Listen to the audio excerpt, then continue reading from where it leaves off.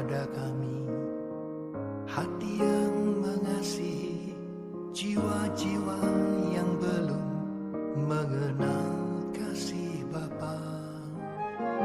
Mereka yang dalam gelap, mereka yang tersesat, hati kami iba seperti hatimu Yesus.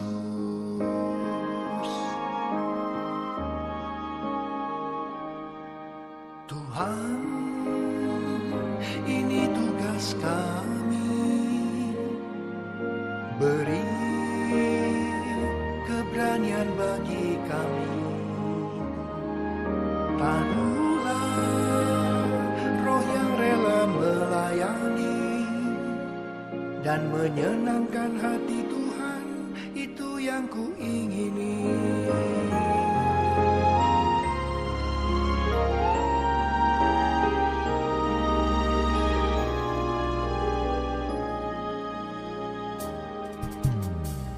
Berikan pada kami hati yang mengasihi jiwa-jiwa yang belum mengenal kasih Bapa.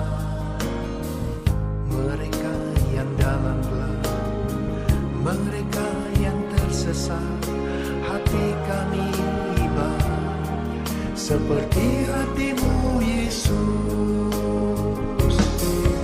Tuhan, ini tugas kami,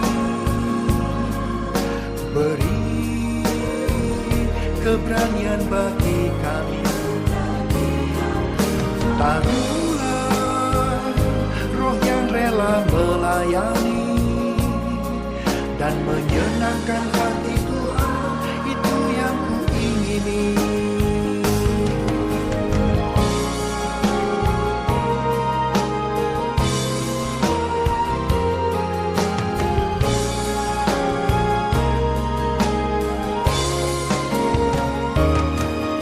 Tuhan, ini tugas kami,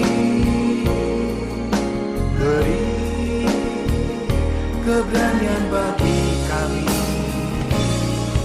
Taruhlah roh yang rela melayani dan menyenangkan hati Tuhan, itu yang kuingini.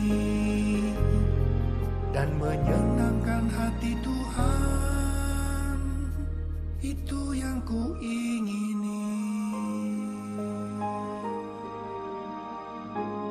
Benar Tuhan, inilah yang menjadi doa dan kerinduan hati kami, agar bangsa ini boleh mengalami transformasi total. Setiap lutut bertelut, setiap lidah mengaku Yesus adalah Tuhan. Pakailah kami Tuhan sebagai alat-Mu. Ubahlah kami, biarlah sepanjang hidup ini kami hanya menyenangkan hati-Mu. Menyenangkan-Mu, senangkan-Mu, hanya itu kerinduan-Ku.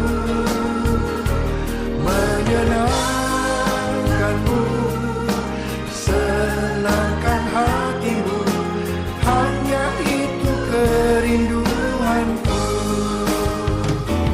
Menyenangkan-Mu, senangkan-Mu, hanya itu kerinduanku. Menyenangkan-Mu, senangkan hati-Mu, hanya itu kerinduanku. Hanya itu kerinduanku. Hanya itu kerinduanku.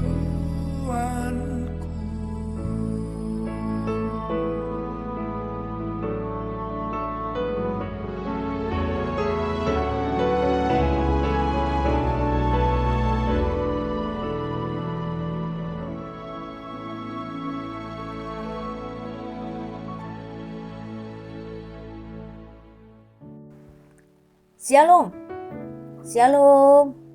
Puji Tuhan, saat ini kita masih dapat mendengarkan firman Tuhan. Mari kita siapkan dengan segenap hati untuk berdoa. Bapa, hari ini kami akan mendengarkan firman Tuhan. Siapkan setiap kami yang mendengarkan, mendapat berkat pada hari ini dalam firman-Mu yang kami dengar. Terima kasih Bapa. Hanya di dalam nama Tuhan Yesus Kristus kami berdoa. Amin. Amin. Shalom. Saya belum dengar. Lihat kiri kanannya, katakan Shalom.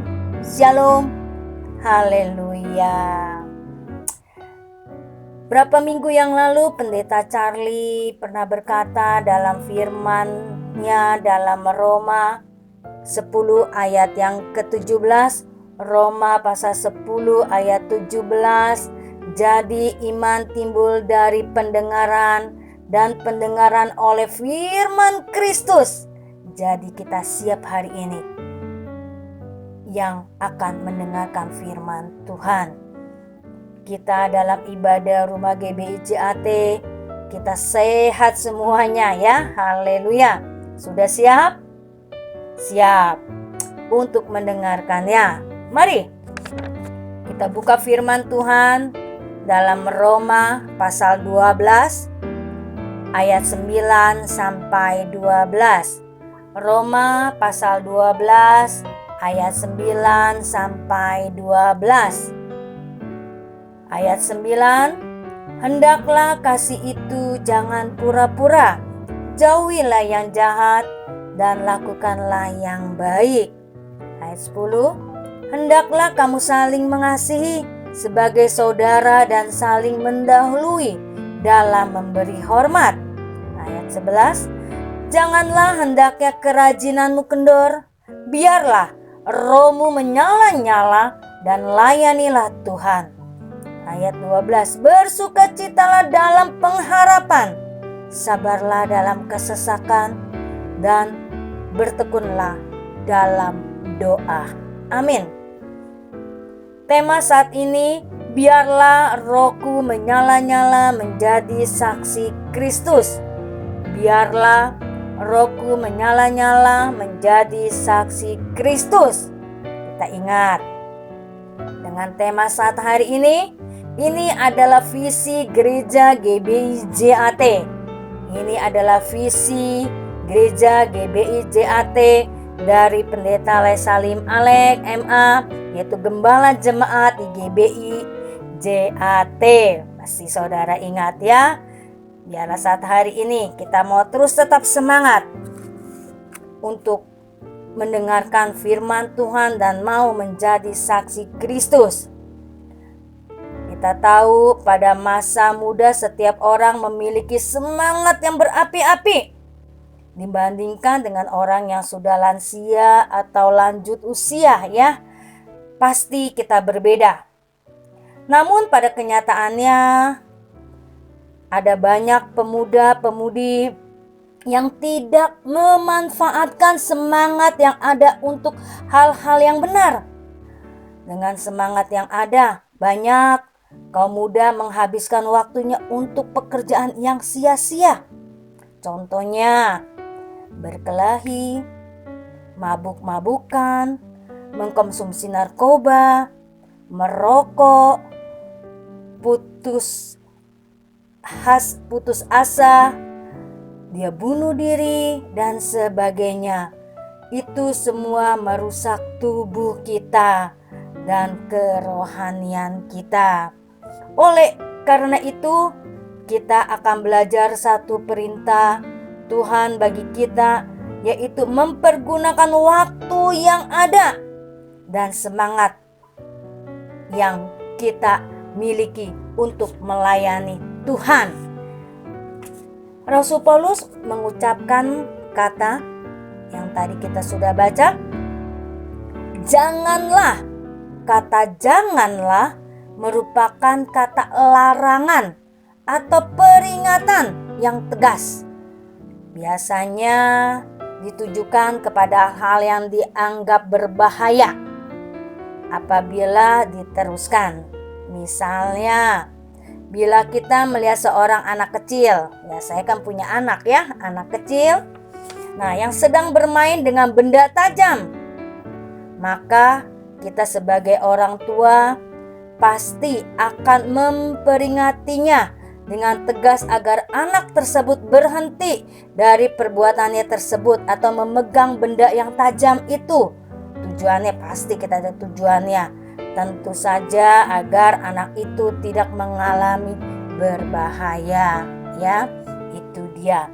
Nah, pada saat hari ini firman Tuhan dikatakan, biarlah rohku menyala-nyala menjadi saksi Kristus, yang terdapat dalam Roma pasal 12 ayat yang ke-12. Rasul Paulus mengingatkan kepada kita hal-hal yang praktis. Bersukacitalah dalam pengharapan, bersabarlah dalam kesesakan, bertekunlah dalam doa. Kita mau melihat bagian ini sebagai beberapa perintah yang berkaitan sama dengan yang lain. Ada perintah tentang sukacita dalam pengharapan, tentang sabar dalam kesesakan, dan tentang bertekun di dalam doa. Apa yang mengkaitkan ketiga perintah ini? Nah, pada saat hari ini sesuai tema bagaimana rohku menyala-nyala menjadi saksi Kristus, ada 3 hal. Bagaimana rohku menyala-nyala menjadi saksi Kristus, ada 3 hal. Yang pertama, bersukacitalah dalam pengharapan. 2, bersabarlah dalam kesesakan. 2, bersabarlah dalam kesesakan. 3, bertekunlah dalam doa. 3, bertekunlah dalam doa. Yang pertama, bersukacitalah dalam pengharapan, yang terdapat dalam 1 Tesalonika 5 ayat 16. Bersukacitalah senantiasa. Saat hari ini, kasih senyum yang ada di sebelah kanan kita, sebelah kiri kita. Kita kasih senyum suami, kita kasih senyum istri, kita kasih senyum anak yang ada dekat dengan kita saat hari ini kita bersama-sama yang mendengarkan firman Tuhan. Itu kita katakan ada sukacita. Biar sukacita boleh terus ada dalam kehidupan kita. Karena dalam Roma pasal 5 ayat yang keempat, Roma pasal 5 ayat yang keempat, dan ketekunan menimbulkan tahan uji, dan tahan uji menimbulkan pengharapan. Mari saudara, dengan sukacita dalam pengharapan, biarlah kita mau terus ada di dalam Kristus. Karena dalam Roma pasal 5 ayat yang kelima, Roma pasal 5 ayat yang kelima, dan pengharapan tidak mengecewakan. Karena kasih Allah telah dicurahkan di dalam hati kita oleh Roh Kudus yang telah dikaruniakan kepada kita. Nah, itu dia ya. Jadi pengharapan tidak mengecewakan. Kita boleh mencontoh kehidupan Rasul Paulus bahwa dia hidup tidak berdasarkan apa yang orang pikir, atau dia pun hidup tidak berdasarkan dengan apa yang dia pikir. Di mana Rasul Paulus menilai dirinya sendiri atau menjalankan hidupnya berdasarkan standar yang dia tetapkan untuk dirinya, atau menjalankan hidupnya berdasarkan keinginannya sendiri, namun dia menjalankan hidupnya berdasarkan apa yang Tuhan inginkan. Rasul Paulus hanya peduli dengan apa yang Allah pikirkan, apa yang Allah inginkan. Mari saudara, kita mau belajar dari Rasul Paulus. Kita mau melakukan, menjalankan hidup kita seperti biarlah kita bersukacita dalam pengharapan. Kita mau terus di dalam Tuhan. Apa yang Rasul Paulus katakan, biarlah apa yang Tuhan mau. Itu adalah bagian yang pertama, bersukacita dalam pengharapan. Bagian yang kedua, Bagaimana rohku menyala-nyala menjadi saksi Kristus. Bersabarlah dalam kesesakan. Bersabarlah dalam kesesakan. Dalam Mazmur pasal 25 ayat 4. Mazmur pasal 25 ayat yang keempat. Beritahukanlah jalan-jalanmu kepadaku ya Tuhan. Tunjukkanlah itu kepadaku. Biarlah pada saat hari ini kita mau terus katakan kepada Allah, Tuhan, tunjukkanlah semua setiap jalan-jalan kami. Serahkanlah hidup kita ke dalam tangan Tuhan. Firman Tuhan mengingatkan kepada kita, sabarlah dalam kesesakan. Biasanya orang paling tidak mau sabar menunggu seseorang. Tapi Allah yang mengasihi kita, Dia penuh kasih dan sabar. Kita mau belajar dalam Filipi pasal 1 ayat 29. Filipi pasal 1 ayat 29. Sebab kepada kamu dikaruniakan bukan saja untuk percaya kepada Kristus, melainkan juga untuk menderita untuk Kristus. Biarlah saat hari ini dengan kematian Kristus di kayu salib menyucikan, mengampuni dosa kita, dan Dia telah bangkit menyatakan dengan kemuliaannya bahwa Dia hidup. Banyak orang maunya melakukan segala sesuatu serba cepat, tanpa pikir panjang dan terburu-buru. Karena itu, kepada jemaat di Roma, Rasul Paulus menasehatkan, sabarlah dalam kesesakan. Apa yang dimaksud dengan sabar dalam kesesakan? Sabar dalam kesesakan artinya sedang dalam masalah, kesulitan, tantangan, atau beban hidup, kita tidak lagi bersungut-sungut atau mengeluh. Namun, kita selalu memiliki penyerahan diri penuh kepada Tuhan. Semua persoalan yang terjadi kita pasrahkan, kita serahkan kepada Tuhan. Itulah kita menjadi anak-anak Tuhan. Kita diajarkan untuk sabar dalam kesesakan. Itu bagian yang kedua. Bagian yang ketiga, bagaimana rohku menyala-nyala menjadi saksi Kristus. Bertekun dalam doa. Bertekun dalam doa.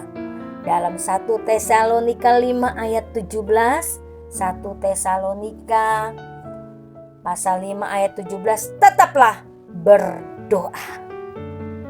1 Tesalonika 5 ayat 18, 1 Tesalonika ayat 18, mengucap syukurlah dalam segala hal, sebab itulah yang dikehendaki Allah di dalam Kristus Yesus bagi kamu.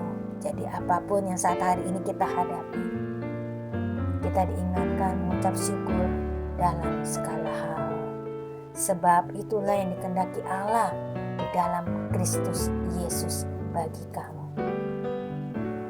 Tekun berdoa itu artinya doa itu berkaitan mempengaruhi seluruh aspek hidup kita.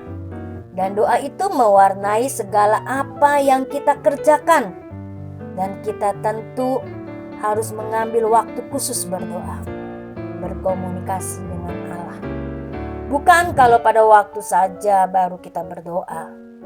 Rasul Paulus mengingatkan kita untuk berdoa dengan tekun. Dan dia sendiri juga berdoa dengan tekun. Rasul Paulus dalam doanya meminta kepada Tuhan supaya Dia memberikan roh hikmat dan wahyu untuk mengenal Dia dengan benar. Doa adalah, masih saudara sering tahu ya, sering dengar, ayo mari kita berdoa. Mari kita berdoa. Jadi doa adalah sarana Allah untuk menopang kita untuk hidup dalam pengharapan akan kemuliaan Allah. Karena itu kita perlu bertekun dalam doa. Itulah yang dijelaskan dalam Efesus pasal 1 ayat 15 sampai 19, Efesus pasal 1 ayat 15 sampai 19, di mana Rasul Paulus berdoa dan meminta kepada Allah supaya Ia diberikan kepadamu roh hikmat dan wahyu untuk mengenal Dia dengan benar, dan supaya Ia menjadikan mata hatimu terang agar kamu mengerti pengharapan apakah yang terkandung dalam panggilannya. Rasul Paulus juga melakukan sendiri dengan doanya bagi umat Efesus dan juga bagi kita. Dan kita boleh berdoa juga bagi diri kita sendiri, bagi jemaat di sini yang mendengarkan, dan kita berdoa tentang pengharapan kita. Rasul Paulus mendoakan dengan tekun, tidak dengan berhenti berdoa bagi kita juga. Itulah pada saat hari ini firman Tuhan yang kita sudah dengar, bagaimana Rohku menyala-nyala menjadi saksi Kristus. Biarlah ada sukacita dalam pengharapan, bersabarlah dalam kesesakan, bertekunlah di dalam doa. Nah, dalam kesimpulan saat hari ini, 1 Tesalonika pasal 5 ayat 19, 1 Tesalonika 5 ayat 19, janganlah padamkan roh. Itu dia, kita harus pegang firman Tuhan. Janganlah padamkan roh. Biarlah Rohku menyala-nyala menjadi saksi Kristus. Kita jangan padamkan roh kita. Walaupun kita yang hanya mendengar pada saat hari ini, kita terus, api Kristus terus menyala dalam kehidupan kita. Ketika kita boleh mengerti ketiga perintah ini, kesesakan itu boleh seperti tanah di mana semua ini muncul bertumbuh di dalamnya. Justru kesesakan atau penderitaan itu adalah satu tanah di mana pengharapan muncul, kesabaran muncul, sukacita muncul, di mana ada orang bertekun di dalam doa. Karena semua kebaikan ini muncul di tengah, dikatakan biarlah Rohku terus menyala-nyala menjadi saksi Kristus dengan semangat bersama Yesus. Amin. Demikianlah firman Tuhan. Mari kita bersatu di dalam doa. Bapa, terima kasih untuk hari ini kami telah mendengarkan firman Tuhan. Biarlah Engkau selalu menyertai setiap kami yang mendengarkan, mendapat berkat pada hari ini dalam firman-Mu yang kami dengar. Terima kasih Bapa. Hanya di dalam nama Tuhan Yesus Kristus kami berdoa dan kami mengucap syukur. Amin. Amin. Shalom. Haleluya. Tuhan Yesus memberkati dan menyertai kita semua. Amin.